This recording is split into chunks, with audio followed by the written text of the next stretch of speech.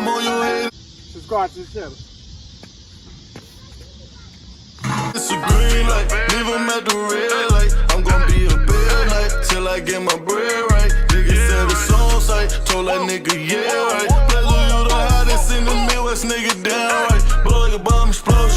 I keep the strap when I'm in motion.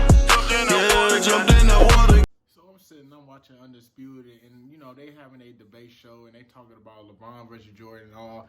And I already know what y'all think, but this not LeBron versus Jordan. I'm not for the debate that y'all. If y'all know me, y'all already know my response to that. But I wonder why they don't never bring up the fact, like they always talking about LeBron in his era, but I don't know. I guess what I'm saying is, why don't never like dissect the era that Jordan was in?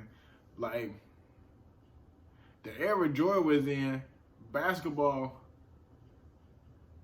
the politics around basketball was way different. And what I mean by politics is like in the Jordan era, it was like you had to do what the organization basically said. And what I mean by that is like they had most of the power. Like it wasn't really a superstar league except for Jordan, because Jordan was, of course, Jordan. And like wasn't really like it was stars. Like they was, it was all stars, but they wasn't superstars. They wasn't like on the same level as Jordan, because it was only set up for, it was set up to where it was only one guy. And I know y'all heard this phrase of sometimes a company hires somebody, like, and they call it a token person. And I'm trying to not even make this a race thing, but I feel like, in my opinion, that Jordan was a token guy. Like he was the guy. Like it's kind of like in hip hop when they say it can only be like one dominant female rapper. That's how I feel like it was in the 90s. Like it was only like dominated for like one spot, and it wasn't, you had to compete for this one spot. And as a LeBron era is more, to me, in my opinion, more diversified. I feel like yeah, you have LeBron, but you also have Kevin Durant. You also have you have Kyrie Irving's brand, Steph Curry brand. Heck, it was like a couple years ago where they were trying to who they try to vote into the All-Star game, and he wasn't even like that big. And I feel like it's that way because social media era, everybody has like a platform to raise their brand. So when you have that, I feel like you take more leverage out of the owners and the front offices. You take away their power, because there's no need for only one spot. Like you don't have to currently compete for one spot, because there's ways out here to eat in different avenues.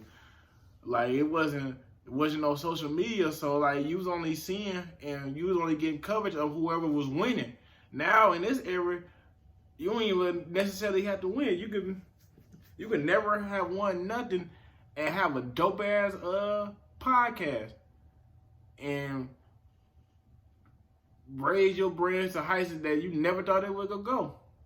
You know what I'm saying? So I just feel like that should be, and you know, this is just on the fly, on the brain. This is what I'm just thinking of. I ain't even writing no notes down or nothing. But yeah, I just feel like they should, instead of just talking about LeBron and Jordan, because I feel like Jordan fans and LeBron fans, we tired of hearing the same old shit. Like, I'm a LeBron fan, even I'm sick of it. Like, you know, I just feel like they should do something different when it comes down to these shows, man, because it's more in depth you could go with it.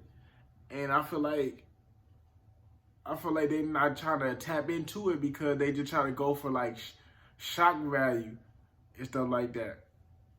So I just feel like that should be like at least a topic point. I feel like I don't blame none of the younger media people, because they didn't quite grow up in that environment, so they wouldn't know. But older veterans that grew up in the Jordan era and grew up in the and lived for the LeBron era too, and hell, even if you want to call it Steph Curry era too, like they should know the difference. They should see it. Like they should like it'll. To me, in my opinion, it don't take a genius to look at Jordan era and see why it was only one dominant. And let me take Jordan out of it. And not if it wasn't gonna be Jordan, it's gonna be just somebody else. But it's probably gonna be like one dominant figure in that era, because it was set up like that. The owners had the power. The player didn't have no say so unless you was like Magic or unless you was that guy. You know what I'm saying? So I just feel like they should talk about that instead of talking about the same points and shit like that.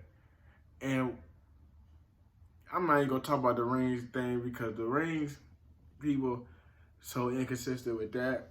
You'll say, yeah, I ain't not gonna get to it. I almost got into it, but yeah, I feel like that should be a talking point. Why nobody ever compare eras of the climax and shit like that? Like, why nobody ever talk about that? Why we talk about the same points all the time? We didn't heard it at all.